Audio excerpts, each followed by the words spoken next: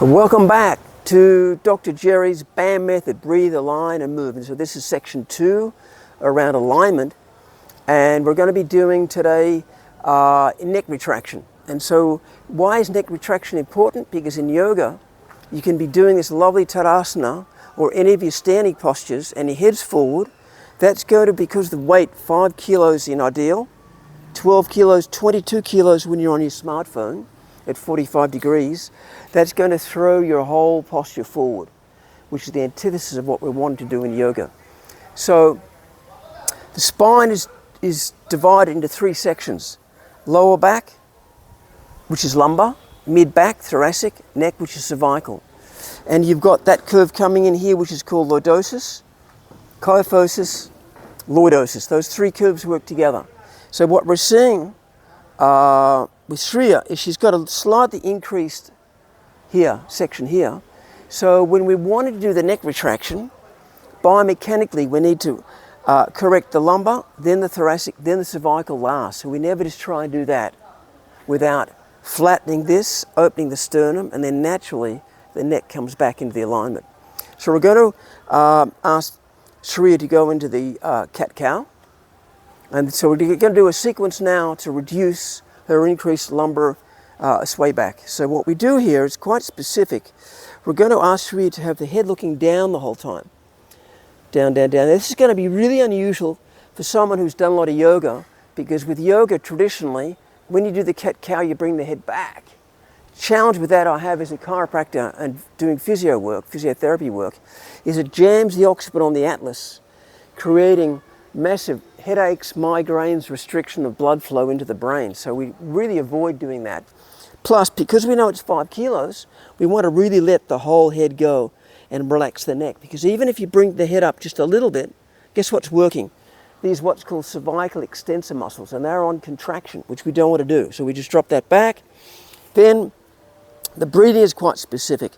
As she lowers here, you're breathing into the belly breath.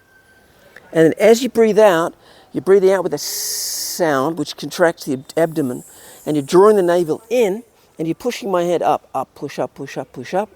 And you're also contracting the pelvic floor at the same time. That's one of the core muscles. Then you're letting go, breathing in, dropping down, head stays down. She's doing really well. And then as you breathe out, push my head up, pushing up, draw the navel in, contract the pelvic floor. Okay, so that's the cat-cow version. Then we move that straight into the horizontal, non-weight bearing, using a little Pilates ball. So we're going to ask Shreya to roll over onto her back. These can be got on Amazon. We're very lucky in India. I've just come back from Thailand and Vietnam. There's no Amazon there. So there's a wonderful Amazon system in India. You can get all this delivered real quick. So what we do is we raise this up between the butt cheeks. So it goes right on here, the sacrum, between the butt cheeks, butt bone, and have the knees a little bit wider together and bring the chin to the chest. So we're always very vigilant not to do, because a lot of us, unaware, when we're lying on our back, will be like that. And again, that's jamming the occiput on the atlas and really creating a lot of neck tension. So we want to actually bring the chin to chest and literally reset the whole head. And then what we're doing is very similar breathing to what we've just done. So here we go. So as you breathe in, the pelvis goes forward, the belly comes out, and as you breathe out, now what you can do initially is to put your own hands onto your hip bones here. For those who've done the anatomy, anterior superior iliac spine, ASIS, and what you're doing is as you're breathing out, you're gently tilting the pelvis back to accentuate that movement. As you breathe out, the tummy gets drawn in. Then you breathe in, belly goes out, and then at that tipping point, contract the pelvic floor. If you're wondering what's the pelvic floor, how to contract it, when we're having a pee next time, cut it midstream, that's the pelvic floor. It's the way of, and it's one of the key core muscles. People don't get the diaphragm and pelvic floor with all the other abdominal muscles, or the core muscles.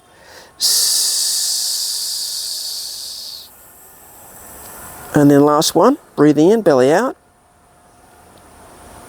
Yeah, see what she's actually tilting the pelvis to accentuate the movement. And then the navel gets drawn in, contract pelvic floor. Great.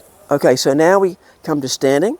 So, oh no, sorry, we lift up, ball away, and very slowly lower down. So one of the key reasons for this exercise is to be aware of what it feels like to have a flat lumbar spine. So, do you feel that it's flat? Yep. So what you're doing there is from here, cat-cow, Pilates ball, and then you slowly lower down and you actually feel the lumbar spine pressed into the ground. That's giving the brain neural connection, brain to muscle, the actual motor control, the sensation of what it is to have a flat. And then what we do is we get the ball, put the ball under the head, there, just the back of the skull, there you go, yep. Not the neck, but the skull.